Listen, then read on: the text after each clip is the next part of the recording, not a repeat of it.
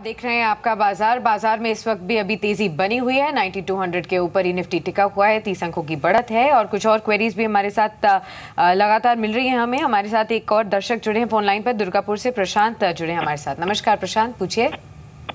नमस्ते मैडम मैंने तकरीबन 106 के भाव पर आइडिया के जो है 41 शेयर लिए थे, जो कि 120 पर बेच दिए थे, बट बाय मिस्टेक वो फिर से आ गए। तो अभी मुझे क्या करना चाहिए ma'am?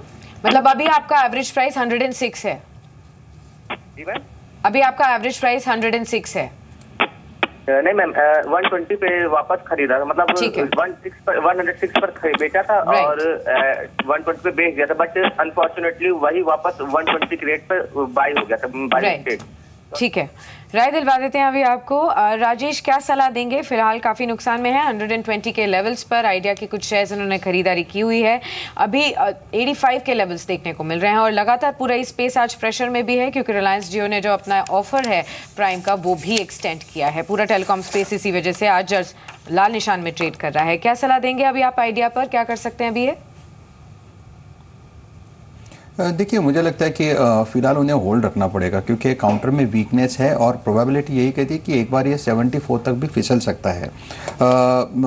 But 74-75 will be the ideal buying level for a fresh एंट्रेंट। मुझे लगता है कि जो मंथली चार्ट है इसका वो यही कहता है कि एक बाइंग मिलेगा, एक डिप मिलेगा विच इज़ 74 लेवल, और वहाँ से जाके फिर से एक अच्छा पुल बैक मिलेगा रफली 124 तक, जो इसका प्रीवियस हाई था। तो मुझे लगता है 124 के ऊपर पूरा आइडिया जो काउंटर है उसके जो मोमेंटम है वही चेंज हो जाएगा। लेकिन this is over a long term period, this is not a short term call. Short term के लिए मुझे लगता है वीकनेस रहेगा। अभी इसमें जो बेरिशनेस है वो थोड़ा बहुत कंटिन्यू भी हो सकता है। मे बी आपको एक 3-4 महीने का और एक पेन देखना पड़े।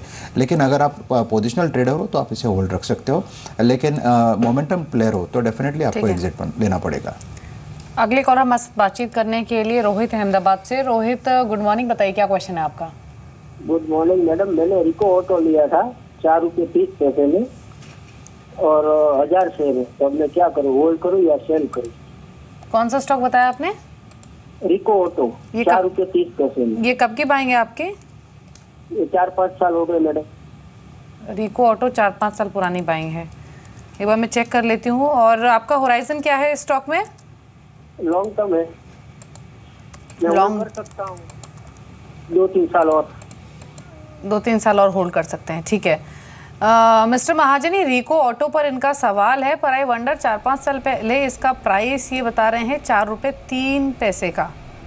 हाँ एग्जैक्टली, इन्हीं लेवल्स पे ये होता था और शायद तभी की इनकी बाइंग है। 2013 में इसका प्राइस ये होता था। तो फिर तो ये मल्टी बैगर हो गए, क्योंकि 4 रुपये का स्टॉक इनका 57 का हो चुका है।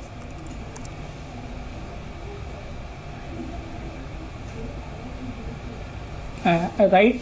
Actually, Rico Auto has gone in for massive restructuring.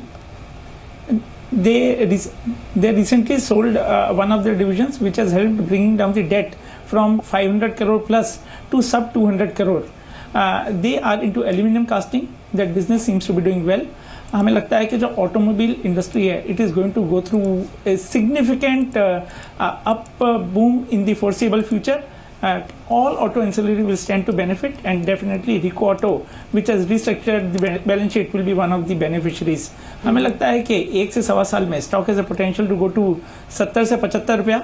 Hold कीजिए। ऑलराइट, फिलहाल भी आप अपनी पोजीशन पर बने रह सकते हैं। ऑलरेडी मल्टीपल प्रॉफिट्स पर हैं, 75 तक के लेवल्स भी देखे जा सकते हैं। एक फेसबुक के जरिए क्वेरी आई है हर्ष की, ये जानना चाहते हैं कैनरा बैंक के बारे में।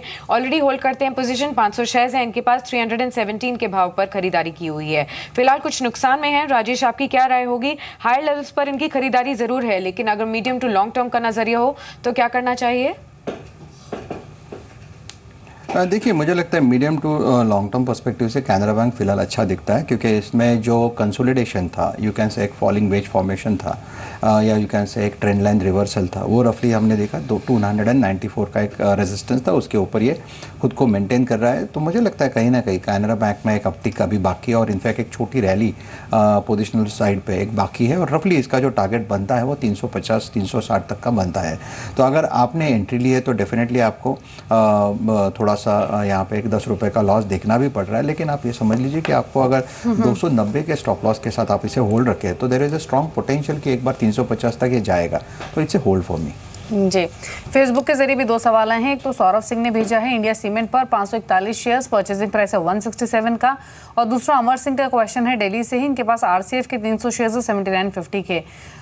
मिस्टर महाजन, इंडिया सीमेंट 167 के बाइंग है, आरसीएफ हायर लेवल्स के बाइंग है क्योंकि एक स्ट्रॉन्ग कांस्टेंट परफॉर्मर ये स्टॉक भी रहा है, 79.15 का परचेजिंग प्राइस है। दोनों स्टॉक्स में क्या करें? पहले तो India Cement, we are not confident about the governance about this company, the performance has also been erratic while the industry is going to go through a phenomenal up move. हमें लगता है कि ऐसे स्टॉक रखने ही नहीं चाहिए।